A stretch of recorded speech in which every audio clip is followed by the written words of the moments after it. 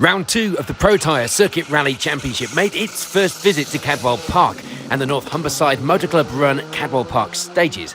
And fastest out of the blocks will be John Griffiths and Emma Morrison. The previous champions looking to make amends for the non-finish at the opening round and get some points on the board to get their title fight underway. They'd be swapping times throughout the morning with Michael Igoe and Will Atkins. The Citroën pair, in fact, leading the way on stage 2, but by the end of the morning stages, they'd be in second. And just 2 seconds back from the lead. A small issue with the Citroën was starting to cause them a bit of concern, though.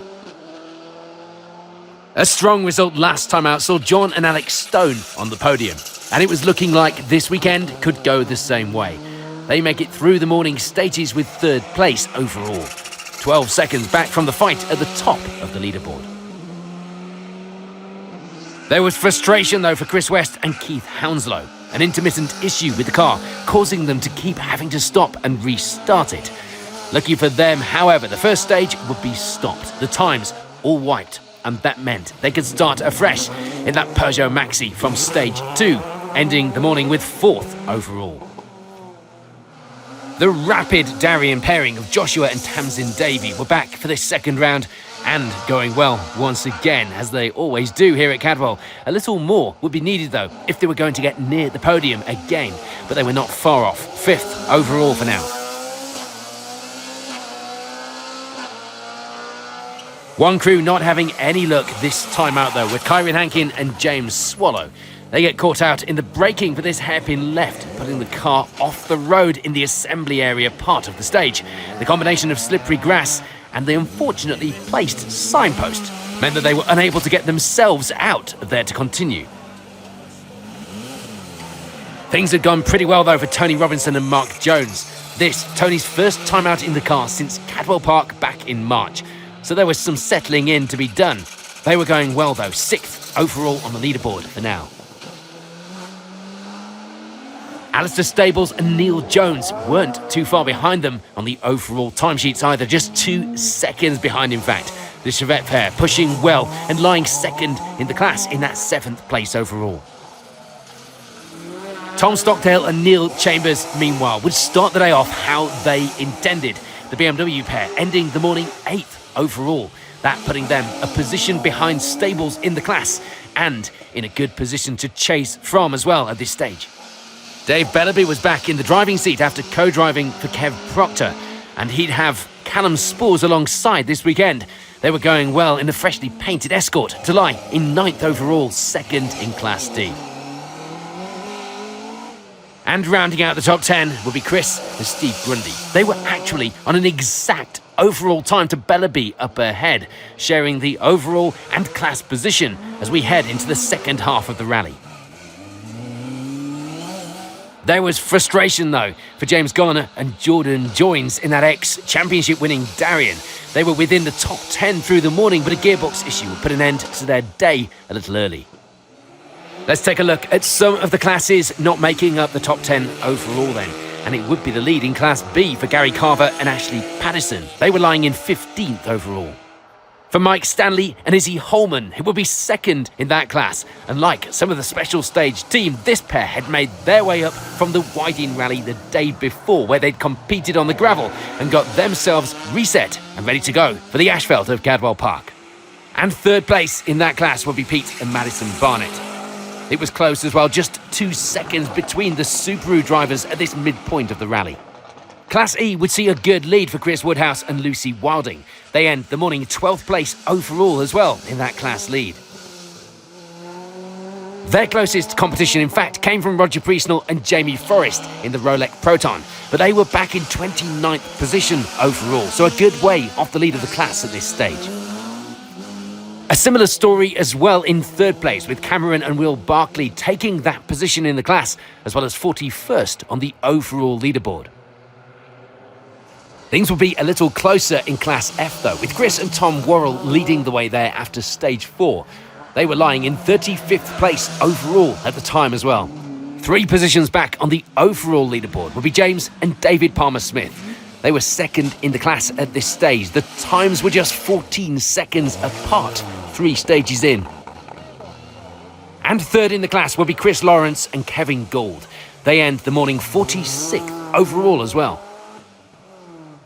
There was just the one crew in Class G to focus our attention on, so it was a case of getting to the finish for David Fox and Paul Price. They were doing okay for now with 36th overall in the MG. A similar story as well for Ian Barnes and Delvin Johnson. They were the only ones in Class H as they end the morning in 45th overall.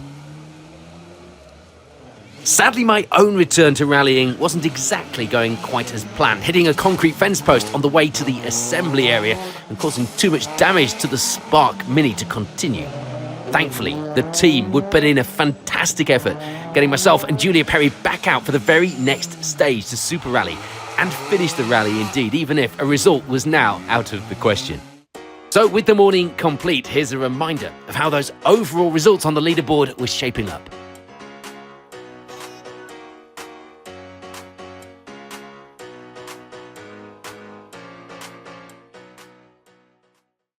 Four more stages to go in the afternoon and the lights were dimming. Before we look though at the overall results, let's take a look at some of the juniors that joined us at this round from the F1000 Junior Rally Club.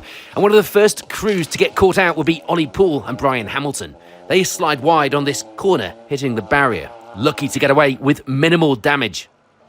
At the top of the finishers list, it will be third place overall for Henry Kinwell and James Williams. James returning to the juniors where it all began and taking to the co-driver's seat to put something back and give some advice to the next generation. A good pair of hands to have alongside you for sure. A good result as well for the pair, missing out on second place by only 2 seconds after a brilliant fight. And in that second place would be Chester Riley and Victoria Swallow. The pair had actually come into the final stage in third, but that last stage of the event would be the decider for those final steps on the podium. But taking victory in the juniors this weekend will be Charlie Matthewson with Ian Bass alongside. And in fact, with the upcoming final round of the series being cancelled due to Storm Bert, this means that the pair also take the 2024 championship win as well. The first junior to take back-to-back championships. A fitting end to the season for the Matthewson team. Back to the overall rally leaderboard now then, and there'd be no change for our sole Class H runners as Ian Barnes and Delvin Johnson get to the finish with that class win, 38th overall. The same story applied to Class G. David Fox and Paul Price escaping any major issues to end the rally in 28th on the overall leaderboard. And in Class F, there'd be plenty of change as well, as we see a new third place finisher. Martin Smith and Nikki Jackson taking that place through the afternoon stages, as well as 40th overall. There was change at the top as well. Chris and Tom Worrell unable to keep hold of the lead in the class by the finish and having to settle for second place. It was still close though, and for James and David Palmer-Smith, it would be a step up to that class lead. Just 15 seconds of a difference by the end of the event, so a good, close battle in the class. There was a good move up the result sheets in Class E for Ian and John Dove. They were the ones ending the event with the third step on the class podium this weekend. There's no change in second place though in the class. Roger Priestnall and Jamie Forrest keeping hold of that position to the finish of the rally. And as the class winners were working their way up the results, we'll come to those soon. In Class B, it would be a frustrating drop down to third place for this morning's class leaders Gary Carver and Ashley Patterson. They were still going strong though, the difference in the top of the class, just 29 seconds. 10 of those seconds were to Nigel and Louise Wetton, who had piloted that Subaru to second place in the class by the end of the rally, in 18th overall. But taking the class victory, and no doubt in need of a good sleep, will be Mike Stanley and Izzy Holman, gaining that top step through the afternoon and keeping hold of it to the finish. They'd be surely more than happy with that after 2 rallies in the same weekend. We're on to the top 10 then, and rounding out those positions will be Jamie McBain and Jordine Crooks in the Spark Developments 205. They'd end the rally with third in Class D for their efforts as well. Flicking back to Class E, and there'd be a great finish in store for Chris Woodhouse and Lucy Wilding. They take a strong win in the class as well, finishing in 9th overall. For the ever sideways Ken Sturdy, Andrew Funnell alongside, it will be second in Class D in that Avenger. They'd had a good run on Ken's home event to bring the car home in 8th place overall. But taking the hard-fought Class D victory would be Jake Briggs and Harry Walshaw. They'd be a little way off the car in front overall, but they'd be happy with that class win and that overall finish of 7th. Class C had been super competitive this weekend in the Lincolnshire Worlds, and it would be 3rd place to end the rally for Tom Stockdale and Neil Chambers. The BMW pair finishing with 6th on the overall leaderboard as well. Alistair Stables and Neil Jones, meanwhile, had some strong results last season, and this time around things were going pretty well too. The end of the event, 2nd place in Class C, as well as 5th overall to show for their efforts. It was a solid return to the stages for Tony Robinson and Mark Jones as well, as they take 2nd place in Class A, finishing just outside the podium positions in 4th overall in the Skoda. There was drama though for winners last time out and our reigning champions. It was retirement for Michael Igoe and Will Atkins. They get caught out on slicks when the rain came down, putting the car off the road, causing too much damage to the Citroën to continue.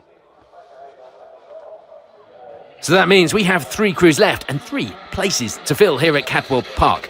And for John and Alex Stone, it will be that 3rd place. This result means that with 2 consistent podium finishes, the pair are now leading the championship after round 2.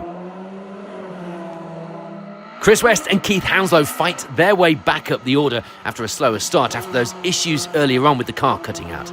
They get up as far as 2nd place, but it would be some good points for their season total so far, and that was what they were focused on at this point.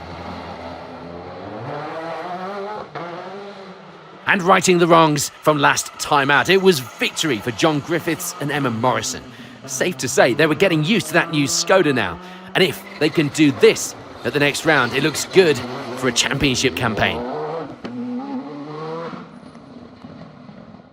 So a dramatic round 2 here at Cadwell Park complete. Here's a reminder of those final overall results at the North Humberside Cadwell Park stages.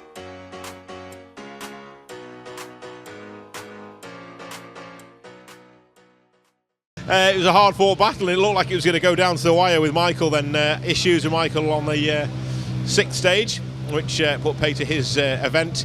But you must be pleased, 2nd time out in the car and, coming home with a win.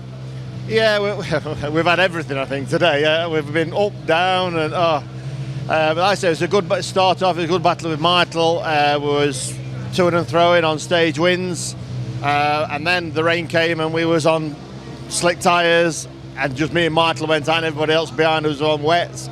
So that was interesting. Unfortunately, Michael went off, and I don't like to see that. It's a shame that happened, but he's okay. That's good. And then we didn't know, but then somebody else started coming hard at us, so I didn't know how fast to go. I'm still getting used to it, still making silly mistakes, stalled it at the hairpin. But anyway, we brought it home.